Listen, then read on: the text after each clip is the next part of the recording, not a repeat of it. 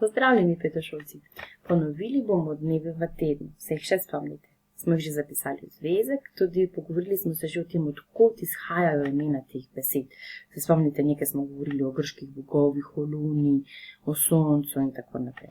Torej, tule imamo zapisanih 7 besed za dneve v tednu.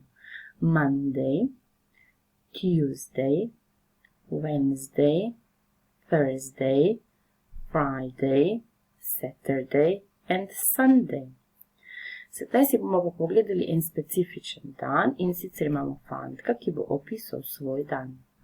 Tule imamo Majkov dan, torej ta fantek je Mike in pravi this is my day. I get up at 7 o'clock, torej zbudim se ob 7 zjutraj. I drink milk at 8 o'clock, ob 8 pijem mleko. I start school at 9 o'clock. Šolo začnem ob 9. I go home at 2 o'clock. Domov grem ob 4. I do my homework at 3 o'clock. Domačo nalogo naredim ob 3.